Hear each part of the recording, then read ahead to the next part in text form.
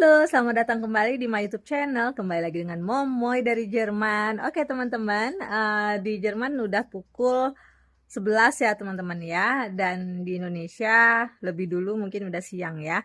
Dan di video kali ini teman-teman, aku mau informasikan aja ya. Bukan informasikan sih, maksudnya mau sharing aja mengenai apa sih yang menyebabkan buah-buahan di halaman orang Jerman itu ya rata-rata subur ya teman-teman ya.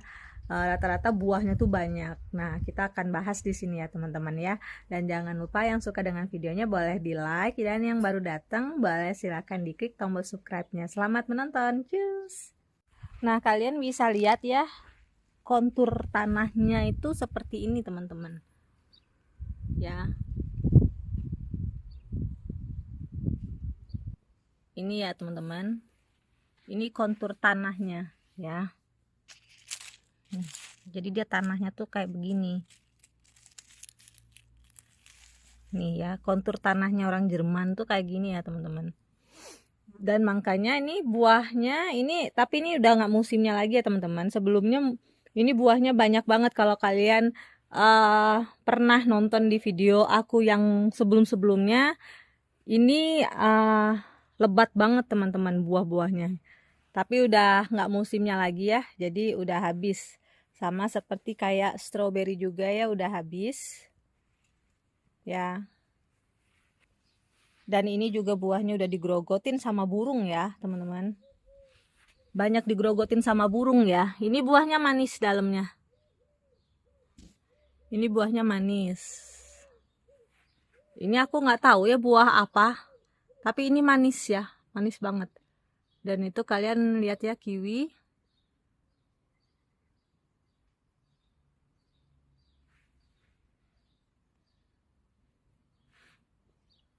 Dan ini apel hijau ya teman-teman. Ini buahnya lebat banget. Ini pohonnya kecil ya teman-teman. Rata-rata pohon apel di halaman orang Jerman itu rata-rata pendek-pendek teman-teman. Nggak ada yang tinggi-tinggi menjulang tuh nggak ada. Kalau tinggi-tinggi menjulang itu biasanya di area pinggir jalan teman-teman. Nih ya. Dan ini nggak usah ditanya ya teman-teman. Ini pohonnya pendek tapi buahnya ampun, beriap. Nyampe ke bawah-bawah teman-teman. Ya.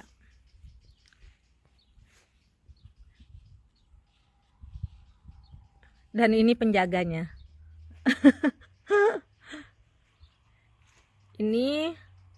Ini buah plum, tapi buah plumnya juga udah sedikit ya.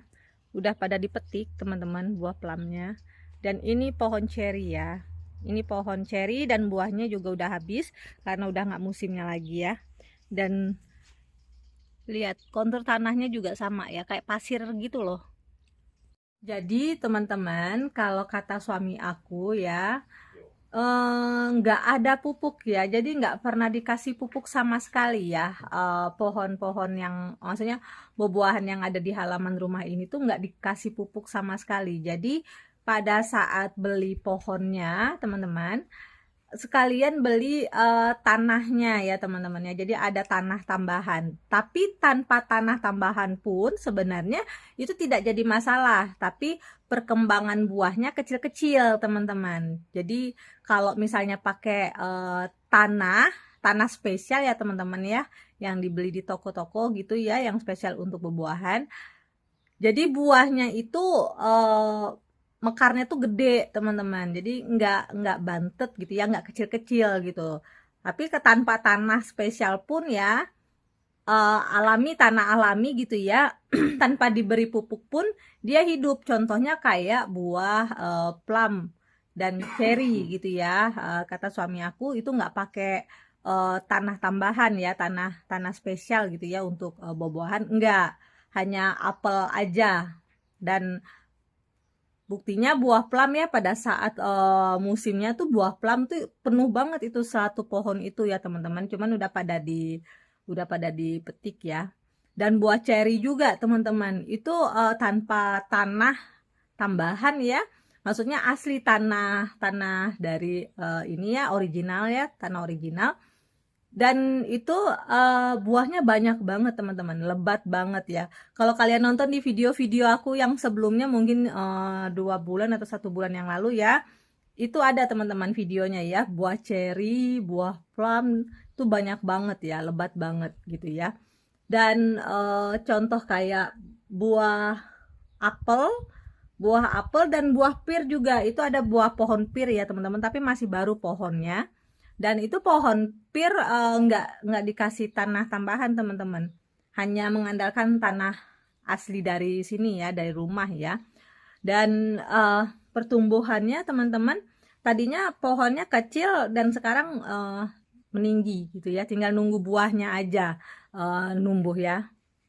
Sama hal seperti kayak bunga-bunga di halaman ini ya teman-teman, bunga-bunganya tuh gede-gede ya gitu ya.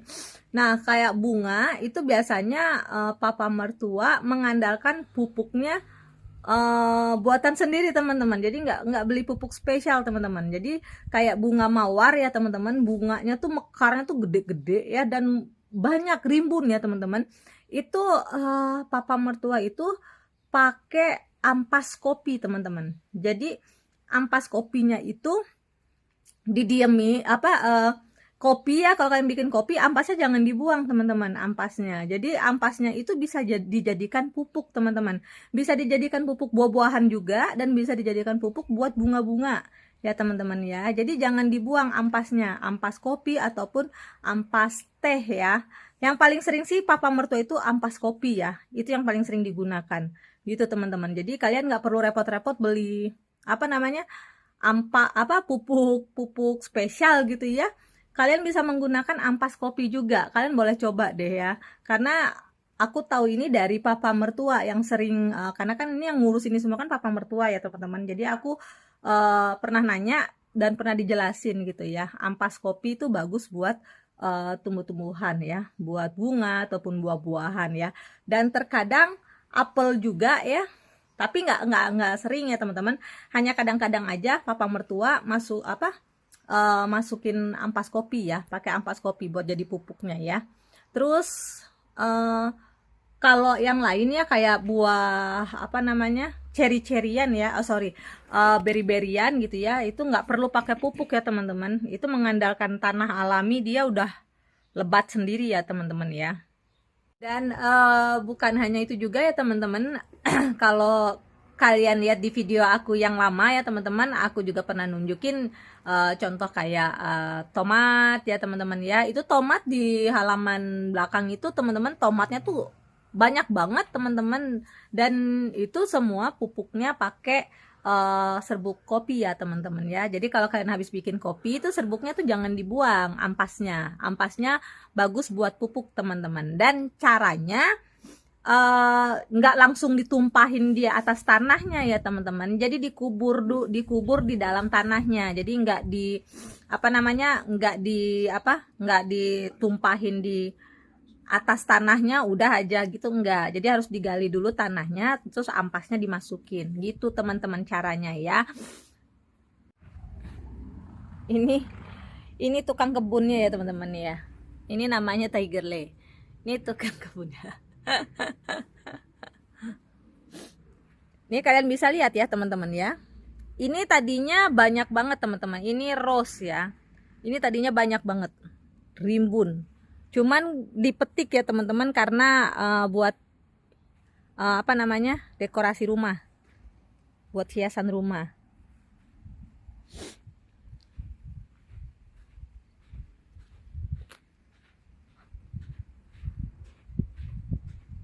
Aku mau tunjukin ini juga sama ya teman-teman ya, ini juga papa mertua pakai kopi. Nih kalian bisa lihat ya teman-teman, ini sayur-sayuran ya, itu tomat ya teman-teman.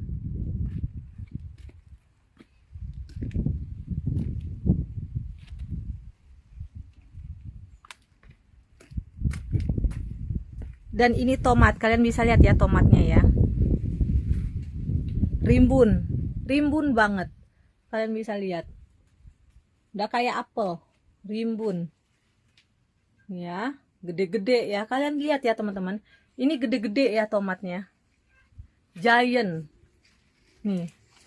Antara tomat dan apel pun jadi bingung kan, saking gedenya. Ya. Ini pakai kopi ya teman-teman. Pakai ampas kopi. Jadi itulah teman-teman apa namanya? Resep ya. Resep dari papa mertua ya, karena ada yang nanya ya pakai apa kok pada lebat gitu buahnya, dan aku bahas di video ini ya teman-teman. Dan teman-teman kalau misalnya kalian ada yang mau ditanyakan, misalnya kalian mau tahu tentang apa gitu ya, kalian boleh ya tulis di kolom komentar ya teman-teman, jadi aku bisa bikin videonya ya. Terima kasih banyak teman-teman yang sudah menonton video aku, semoga informasinya bermanfaat ya. Mohon maaf jika ada kata-kata yang salah ataupun yang menyinggung, mohon maaf, dan salam sehat selalu dari Jerman. Ciao. Jangan lupa teman-teman, videonya jangan di skip ya kalau nonton, karena informasinya ada di situ semua ya. Terima kasih. Ciao.